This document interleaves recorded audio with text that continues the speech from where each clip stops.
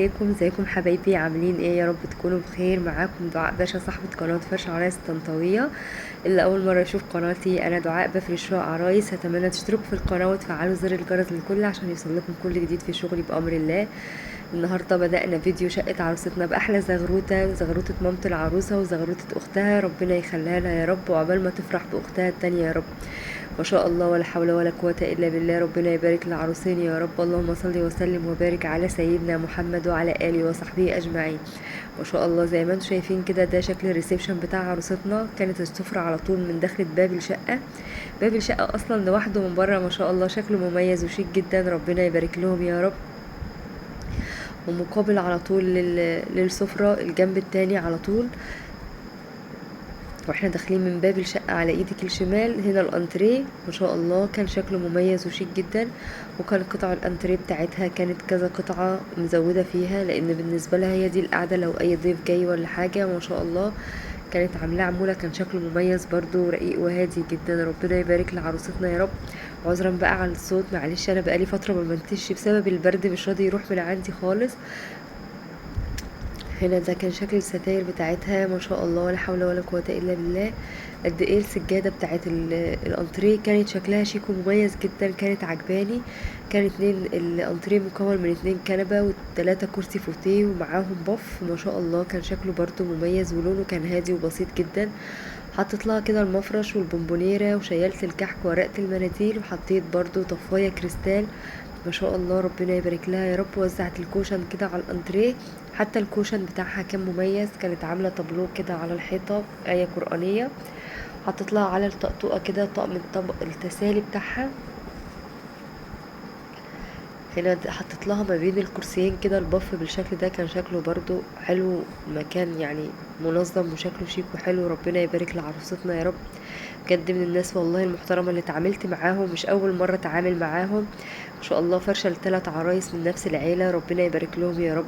انتظروا بقى شقة العروسة التالتة بتاعتهم بأمر الله، هنزلها لكم بعديها على طول. بعد الفيديو ده هنزل لكم في شقة بنت عمها التانية. هم كلهم ولاد عم ببعض وقرايب. بجد من الناس المحترمة اللي اتعاملت معاهم، ربنا يسعدهم كلهم ويهنيهم يا رب، اللهم امين. ويسعد كل البنات وكل العرايس يا رب. هنا بقى ده كان شكل النيش بتاع عروستنا. ما شاء الله، ولا حول ولا قوة الا بالله. رصيتهولها كده بالشكل ده. قد ايه حاجتها كانت رقيقة وبسيطة وجميلة زيها، ربنا يسعدها ويهنيها يا رب. حطيت لها فوق كده 2 قارورة، واحدة بكاسات واحدة بشوبات عصير، ودمجت من الجناب بالكاسات الملونة. هنا حطيت الطقم الشاي والجاتوه. حطيت من الجنب برضو كاسات من نفس لون طقم الشاي والجاتوه بتاع عروستنا. هنا حطيت لها قارورة التانية بقى سيلفر، اللي فوق كانت مدية على جولد شوية، ودمجت بقى بكاسات ملونة كده من الجنب الأسمر والكاسات سيلفر برضو. هنا حطيت طقم الشاي والجاتوه بتاع الصيني. ما شاء الله، قد ايه النيش بتاعها رقيق وشيك جدا، ربنا يبارك لها يا رب.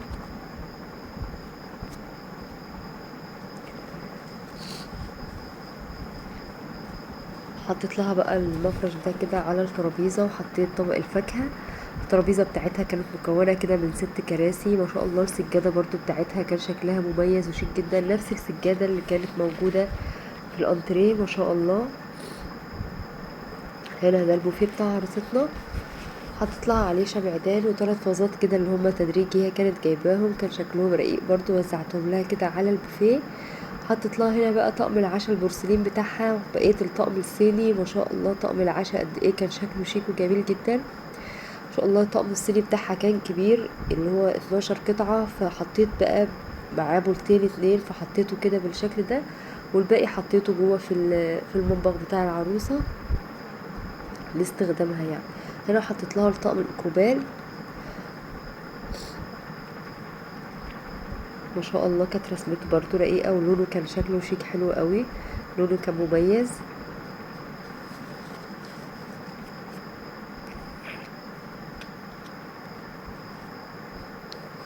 ده كده كان شكل البوفيه ورصة البوفيه والنيش. اتمنى ان هو يعجبكم، ولو عجبكم ما تنسوش تحطوا لي اللايك. انا بقول لكم في البدايه اهوت اهم حاجه اللايك عشان الفيديو يوصل لاكتر عدد من الناس، وكمان الكومنت الحلو بتاعكم عشان تحفزوني ان انا انزل لكم فيديوهات اكتر الفتره الجايه. هنا ما شاء الله دي الستارة اللي بتدخلنا على الطرقة بقى بتدخلنا جوه على غرف النوم وغرفة الأطفال والمطبخ بتاع عروستنا. ما شاء الله ولا حول ولا قوة إلا بالله. تحسوا ان كل السجاد بتاع الشقة قد ايه كان مميز وشيك جدا. ما شاء الله ذوقها كان حلو قوي في اختيار السجاد وفي اختيار حاجتها. عروستنا بصراحة النهاردة من الناس اللي بجد زي ما قلت لكم في بداية الفيديو حد كيوت وقمر قوي، ربنا يسعدها ويهنيها يا رب. عملت لها شموع كده عروسة بقى واجواء رومانسية بسيطة كده في الحمام، وحطت لها البورنوس كده، وهنا كانت حاطة الغسال اوتوماتيك وحطت لها فوط للاستخدام. ما شاء الله حمامها قد ايه كان رقيق وجميل جدا. هنا بقى نخش على ايدي اليمين على طول المطبخ وغرفة النوم، واللي في الوش على طول دي غرفة الأطفال. المطبخ ما شاء الله زي ما انتوا شايفين قد ايه المطبخ برضو كان جميل جدا ولونه حلو قوي، والسجادة بتاعته ما شاء الله في حتة تانية. اللهم بارك يا رب. بسم الله الرحمن الرحيم. ما شاء الله اللهم صل وسلم وبارك على سيدنا محمد. بجد ربنا يسعدهم ويهنيهم يا رب ويملاها لهم بالحب والفرح يا رب، اللهم امين. ما شاء الله دي غرفة النوم برضو قد ايه كانت رقيقة وجميلة جدا. زي ما انتوا شايفين كده ده السجاد لون الستاير بتاعتها داخل فيه كشمير. عذرا والله على الصوت، معلش انا اسفة والله. ده كده كان شكل المفرش السوفت بتاعها. ما شاء الله كان شكله رقيق وجميل جدا. عملت لها قلب كده بالورد الاحمر، وفي ظهر السرير برضو كان البانكيت نفس لون الكابوتونيه اللي محطوط في الشباك بتاع السرير نفسه، كانت عامله فيه زي مرايات كده لونها اصفر. ما شاء الله الاوضه قد ايه كانت رقيقه وجميله جدا. حطت لها بقى طقم الصينيه اللي بالمبخره دوت او المعطر دوت، وشمعة برضو حمر عليه. ما شاء الله كانت جميله جدا. رصت لها بقى التسريحه حاجات بسيطه جدا على التسريحه، وبقيه الحاجه حطيتها لها في الاضراب. حطيت لها برضو كام باكت روجاجو كده وميك اب.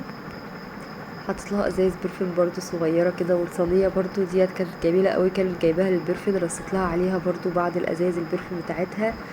وزعنا بقى بقيه الحاجه في الادراج بتاعت عروستنا، الحاجات الزياده عندها وزعتها لها في قلب الادراج. تعالوا بقى نشوف الدولاب بتاع الغرفه. ما شاء الله نشوف رصيناها لها ازاي، قد ايه حاجتها كانت شيك وجميله جدا. اللهم بارك يا رب. دي تقسيمة الدولاب. ما شاء الله رصينا الحاجة بطريقة حلوة وبسيطة، لان حاجتها ما شاء الله زي ما انتم شايفين كتير جدا، فحاولت على قد ما اقدر احط لها اكبر كم من الحاجة، وبقية الحاجة هي للاسف عانتها. هنا بقى حطت لها اللحاف الكبير، وحطت لها دفاية ومفرش القطيفة، والرفين دول رصيت لها فيهم الفوط. وهنا حطت لها الملايات بتاعتها بتاع السرير الكبير، وتحت كده رصيت لها كل الملايات المشجرة على بعضها. وفي الجنب هنا حطت لها برضو كام طقم ملايات للاستخدام، وحطت لها فوط للاستخدام. يعني الجزء اللي فوق دوت بعيدا عن ان هي تستخدمه، هي برضو هتنزل منه، بس في الفترة الاولية هتسيبه بنفس الرصة، وهتستخدم الجزء اللي انا سايبه لها تحت في الجنب. ده كده كان شكل الدولاب بتاع عروستنا ورصة الدولاب. اتمنى ان هي تعجبكم، ولو عجبتكم ما تنسوش الاشتراك في القناة وتفعيل زر الجرس للكل عشان يوصلكم كل جديد في شغلي بامر الله. واهم حاجة اللايك والكومنت الحلو بتاعكم. بسم الله الرحمن الرحيم. ما شاء الله زي ما انتم شايفين دي غرفة الأطفال. اللهم بارك اللهم بارك، قد ايه كانت رقيقة وجميلة جدا. ربنا يسعدهم ويهنيهم يا رب. والمفرش السوفت بتاعها بتاع السرير ما شاء الله قد ايه برضو كان رقيق وشيك جدا. ألوانات السجاد برضو على كشمير في اللون الكافيه والبنيات. هنا ده كان شكل التسريحة بتاع عروستنا بتاع غرفة الأطفال. 2 سرير كده والكومود في النص. وزعنا لها بقى العرايس بتاعتها اللي كانت موجودة والدباديب.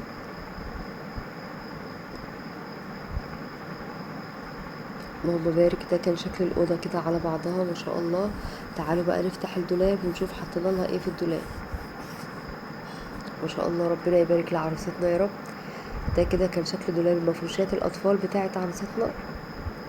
حاولت على قد ما اقدر ارصها لها بطريقه حلوه، وفي نفس الوقت تكون شكلها شيك وطريقه بسيطه، عشان لو حبت بعد كده تستخدم طريقه سهله وبسيطه جدا ترجع تحطهم تاني زي ما هي حابه. هنا حطيت لحاف اطفال ومعاه بطانيه لسرير اطفال، وهنا برضو حطيت كوفرتا وحطيت من الجناب ملايات اطفال، وهنا برضو كوفرتا وحطيت ملايات اطفال، وطعمت كده بفوط الاطفال. ما شاء الله ولا حول ولا قوه الا بالله. تحت برضو لحاف اطفال وبطانية لسرير الاطفال. اللهم بارك. زي ما انتم شايفين كل المفروشات دي لغرفة الاطفال. عملت اللحاف على وشين، واحد على شكل تاج، واحد على شكل دبدوب كده. ما شاء الله قد ايه كان رقيق وجميل جدا. ربنا يصلح حالها ويساعدها يا رب، اللهم امين. هنا بقى ده الضلفة التانية، حطيت لها بطانية مورا للسرير الكبير، وحطيت معاه 2 دفاية اطفال، وزينتها لها كده بالشريطة والتنطيل دوت، وحطيت لها فيونكات اوف وايت كده. وهنا بقى الدباديب ديت ما كانش محتاجة تزيين، ما شاء الله حطيت مفرش قطيفة او كوفرتة تقريبا يا ربي في النص، وحطيت 2 دفاية اطفال، كوفرتة للسرير الكبير. ده كده كان شكل دولاب الاطفال ورصته. اتمنى ان دولاب الاطفال ودولاب النومونيش يعجبكم. متنسوش تقولي في الكومنتات رايكم في فرش شقه عروستنا النهارده، وكمان ما تنسوش تدعوا لها في الكومنتات ان ربنا يصلح حالها ويساعدها ويهديها يا رب، اللهم امين، هي وعريسها، ويملاها لهم بالحب والخير يا رب. قد ايه مامتها وحماتها ناس محترمين جدا، وبجد انا كنت فرحانه ان انا اتعاملت معاهم. ربنا يبارك لهم يا رب. هنا زي ما انتم شايفين في المطبخ بتاع عروستنا التلاجة، وهنا البوتاجاز بتاعها ما شاء الله ولا حول ولا قوة الا بالله. في دخلة الباب على طول كانت عاملة نيش صغير، هنرجع له دلوقتي ونشوف تفاصيله. ده كده الشكل العام لمطبخ عروستنا. هنا ده كان شكل النيش اللي انا قلت لكم عليه، هو بيفتح ضلفتين من الجناب الاتنين والجنبين الاتنين. ما شاء الله رصت لها حاجتها كده، ما شاء الله حاجتها ما شاء الله كانت كتير وجميلة جدا. ربنا يساعدها ويهديها يا رب. رصت لها بقى كاسات للاستخدام وطقم شاي، وحطت لها برضو مجات ما شاء الله. رصت لها كل الحاجات الازاز هنا، والباقي بقى في الوحدات اللي فوق، لان هي كانت عامله وحدات نيش برضو في المطبخ من فوق. بجد والله يا جماعه التصوير ظالم شغلي، وبجد التصوير ظالم حاجات العروسه. قد ايه حاجتها كانت شيك وجميله جدا. ربنا يساعدها ويهديها يا رب. تعالوا بقى مع بعض كده نشوف واحدة واحدة كده، ونشوف رصينا لها في ايه. التلاجة بتاعتها ما شاء الله كانت ماركتها LG. هي كانت عاملة الوحدة اللي في الجنب دي اللي فوق دي للخزين، وتحت كانت حاطة ضلفة كده للمقشات والرفايع بتاعت المطبخ، مقشات اي حاجة يعني تخص التنظيف وكده في الضلفة دي. هنا في الوحدة دي رفعنا لها الحاجات من على الرخامة كتير، هي ما كانتش حابة تحطها على الرخامة، كانت حابة الرخامة بتاعتها تبقى رايقة. وحطيت لها الترابيز بتاع الشاي. هنا برضو شلنا طقم الصواني، المكان ده بتاع السخان بس احنا استغليناه. حطينا طقم الصواني استانلس، وحطينا طقم توزيع استانلس، ومجات برضو كانت زيادة عندها في المطبخ. في الوحدة اللي تحت دي بقى حطينا لها بعض البلاستيكات، وما كانش فيه قدامي مكان تاني ان انا احط فيه العجالة. بصراحة حاولنا كتير، هي اصلا اول ما دخلت قالت لي لا هو ده المكان المناسب للعجالة، وحطيناه فيه. حطينا لها بقى بقية الحاجات بتاعتها والجريلا بقى والحاجات اللي باقيه كده كانت تحت جنب العجال. وفي الاضراب بقى وزعنا كده الرفايع بتاعتها ما شاء الله ولا حول ولا قوه الا بالله. في الدرج التاني حطينا بقى المعالق الاستخدام. تحت برضو بقيه الرفايع بتاع العروسه. ما شاء الله السجاده بتاع المطبخ قد ايه كانت عجباني، ولونها كان حلو جدا ماشي مع المطبخ. هنا ده كان طقم ملابين ما شاء الله، ربنا يبارك لها يا رب.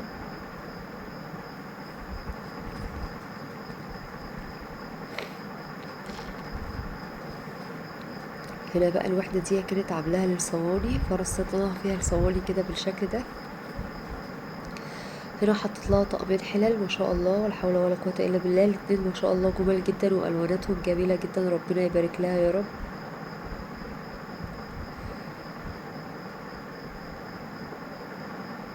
هنا في الادراج دي بقى رصت لها الصواني بتاع الكيكة والكب كيك كلها والمناخل. في الدرج ده برضو حطيت فيه القلايات والفوط بتاع المطبخ.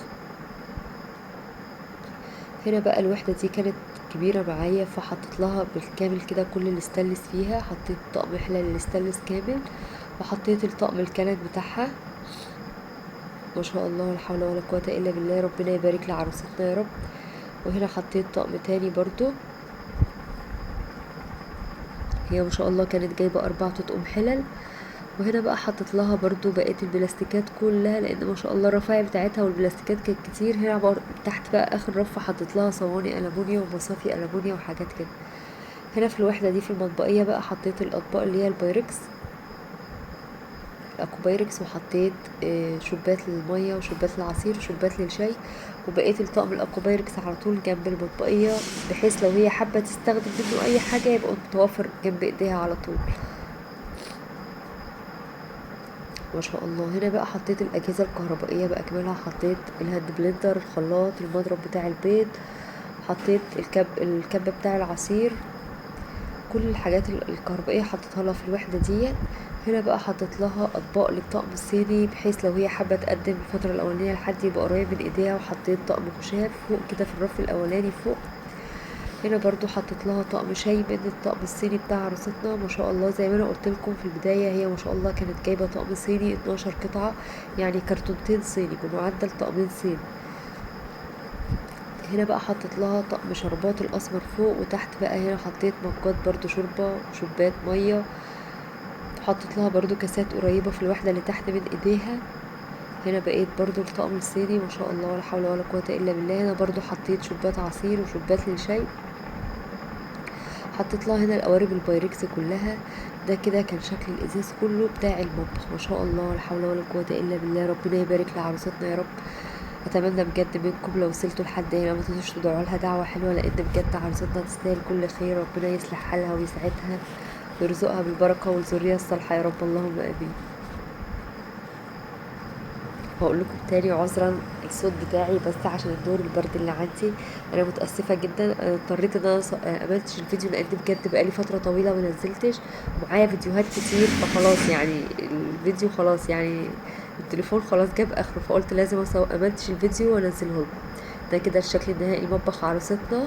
انتظرونا في فيديو جديد مع شقة عروسة جديدة. متنسوش الاشتراك في القناة وتفعيل زر الجرس للكل عشان يوصل لكم كل جديد في شغلي بإذن الله. والسلام عليكم ورحمة الله وبركاته.